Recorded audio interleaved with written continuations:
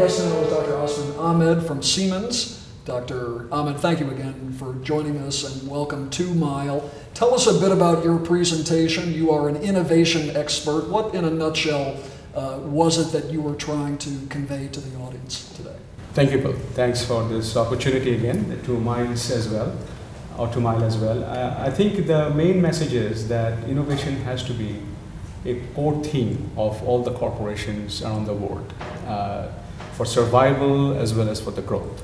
Because as we all know that the global competitiveness is heating up, and the corporations need to actually make themselves ready for this new world reality, and innovation has to be a part of that. So my message was here that the new corporations, so the corporation leadership in this region, need to think very hard and fast about what are the goals of innovation that they can set for their own corporations, in their own context.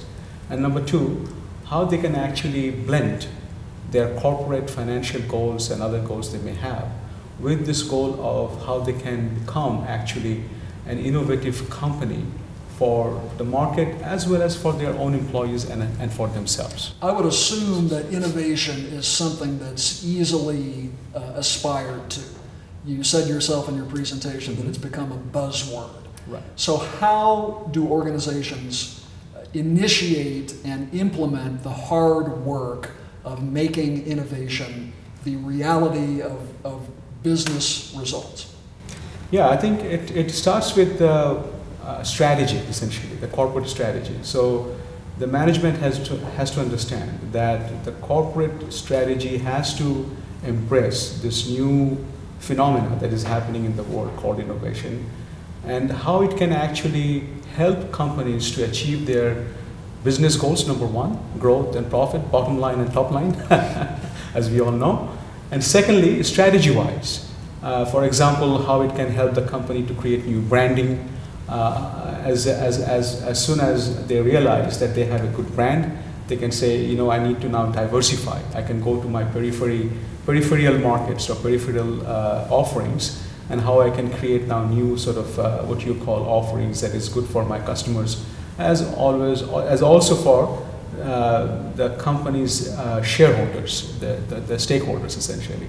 So that is the first thing, that you have to understand what strategy can actually help you to become innovative and what is it for. The second thing is, once you understand that, the management leadership team has to then fully embrace this whole innovation as a new theme or as a new corporate sort of goals. And once you have that, then you have to understand how you can make your organization more innovative in a very pervasive way, meaning that you do not have you may have an innovation organization, that is true. You can have a CTO or Chief Innovation Officer, that is fine too. But make sure that you understand your resources, the most valuable resources that you have in the company, people, they are given the empowerment to become part of this company's sort of new mindset, that if I take my extra 2 steps every day, above and beyond what I have been told, there is a benefit for me as well as for the company in the long run. So this partnership between the employees and the management then becomes really sustainable. In your presentation, you reference a quote from the late Steve Jobs, and if I'm capturing this properly, it's something like, "It's much more fun to be a pirate than a sailor," meaning that he himself was a pirate, and he looked for fellow pirates, meaning people who thought differently, people who were willing to challenge the conventional wisdom, that kind of thing. Is that good advice for most organizations, to look for pirates, to hire pirates? Absolutely. I would say definitely. We are not actually doing that right now in a very proactive way or even in an organized way. I mean, as I said in my presentation, that the companies do not advertise for these pirates right now, or they do not classify the jobs as pirates that they're looking for. But if they find those people in the organization who are naturally, I should say, has some affinity towards innovation, naturally, you know, because they want to tinker with some ideas, they want to go to their garage workshop and play with the software, and it doesn't have to be actually a technology also, it could be a business model. You know, so the company then can say, you know, I have created a culture, an environment, actually to kind of foster that kind of thinking. My company is a conducive, so, you know, for those sort of thinking, that you can think out of the box, and if you think out of the box, there is a place for you. You will be not actually put outside of the box, so to speak, because there is a thinking always that if I am thinking too much out of the box, maybe the company will say, well, you know, you do not really fit here. So the challenge for the company is what is often known as ambidextrous company organization, right?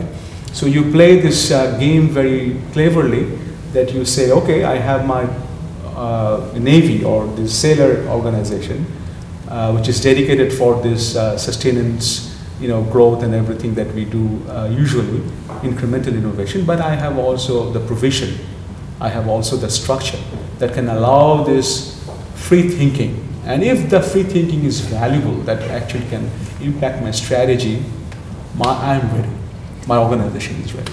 Dr. Ahmed, what are your impressions of the Madinah Institute for Leadership and Entrepreneurship, MILE?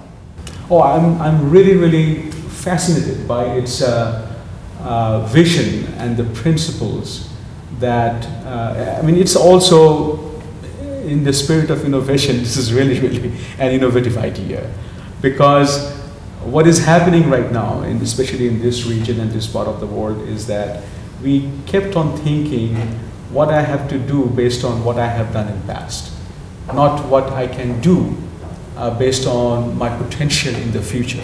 So mine is a new thinking of, you know, basically bringing in people from the industry, from the academia, their what you call business world, corporate world, in the region, in the country, to stimulate this thought that you can be a leader, you can be an entrepreneur, but in order to do that, you have to actually start thinking and start cultivating a new kind of culture.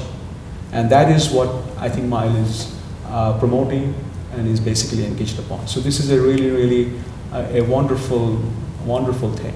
There is a tremendous demand and need for this kind of leadership training in this part of the world. The organization attempts to address what it refers to as the leadership deficit. Do you agree with that? Do you believe that there is a place specifically in this region, there is a need specifically in this region for this kind of institution? Oh, I 100%. I mean, I just met somebody in United Arab Emirates, and he is a government official. And he said very rightly, is that if you look at their construction budget, if you look at how much money they spend every year in infrastructure and cities and creating this whole, you know, beautiful platform for taking the next step, this has to be admired. This has to be appreciated, that they have done very well, including Saudi Arabia and other parts of the world. But then he said also that if you look at our contribution to intellectual asset, intellectual capacity, how much we have contributed, meaning that if you can ask me how many patents we have generated over the last 5 years from United Arab Emirates, the answer will be almost zero. So I think his point is that we have set up a platform now. The infrastructure, the platform is there actually for us to take the next step from this building economy or building-based, construction-based economy to more high-tech, more knowledge-based economy. So for that transition to take place, you've got to have the leadership, you've got to have the entrepreneurship, not within the big corporations, but also SME. I think one of the attendees mentioned that, to think that, you know, you have to really, you have all the tools and the ingredients and the thinking capacity. It's just now you have to believe in it. And that's what I hope that MILE will be actually kind of fostering. Dr. Osman Ahmed, we appreciate your insights, sir. Thank you very much.